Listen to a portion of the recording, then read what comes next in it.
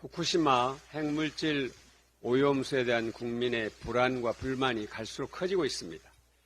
이래서 민주당이 지금 전국에서 벌이고 있는 핵물질 오염수 바다에 버리는 것 저지하기 위한 서명운동에 대한 열기는 또 갈수록 높아지고 있습니다.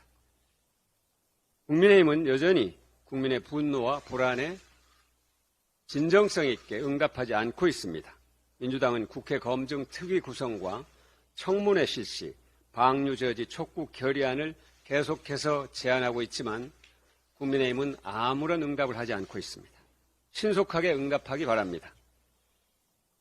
민주당은 오늘 후쿠시마 핵물질 오염수 방류 저지를 위한 원내 대책단을 꾸립니다. 보다 강력하고 치밀하게 원내에서 대처해 나가기 위해서입니다.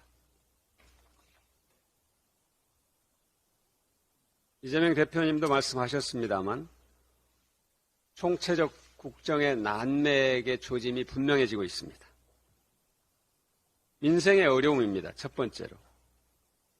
경기 침체로 세수 펑크가 갈수록 커지고 있습니다. 대기업들의 법인세와 자산세 세입 규모는 지난해 대비해서 30% 정도 줄었습니다. 그런데 근로소득세는 지난해와 똑같습니다. 이 어려운 상황에서도 봉급생활자들이 세금을 내면서 더 힘들어졌다는 뜻입니다. 그래서 초부자와 대기업 감세 정책은 바로 폐기해야 합니다. 국민들은 물가와 대출 금리와 냉방비를 걱정하고 있습니다. 삶 자체가 힘든 상황입니다. 하반기에는 경제가 나아질 것이라는 정부의 낙관론은 국민들의 탄식을 자아내고 낙담을 부릅니다. 두 번째로 정부 정책에 대한 불안과 불신입니다. 양극화가 심화되는데 사회보장의 산업화를 말하고 복지민영화를 이야기합니다. 후쿠시마 오염수의 안전성을 우려하는데 우리 국민의 건강과 먹거리 안전을 지킬 아무런 의지를 보여주지 않고 있습니다. 오히려 동조하는 듯한 모습을 보이고 있습니다.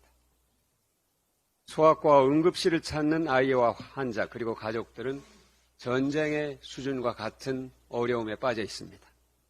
국민들의 불안한 삶에 대해 정부가 책임을 다하지 못하고 있는 것입니다.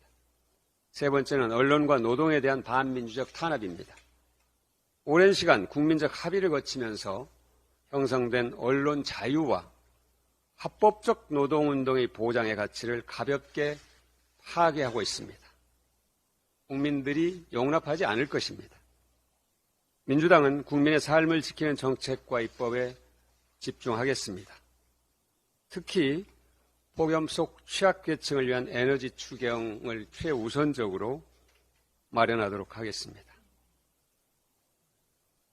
타다의 승소는 국회 패소라는 지적을 아프게 받아들입니다. 시대 변화의 흐름을 정치가 따라가지 못했다는 사례입니다. 외환위기 이후 기업과 금융, 산업, 문화, 영화 등 우리 사회 모든 분야가 변했습니다. 그러나 정치는 여전히 과거에 갇혀있다는 평가를 받습니다. 민주당이 기술혁신을 선도하고 혁신성장을 키우는 비전을 제시하고 입법도 추진하겠습니다. 이상입니다.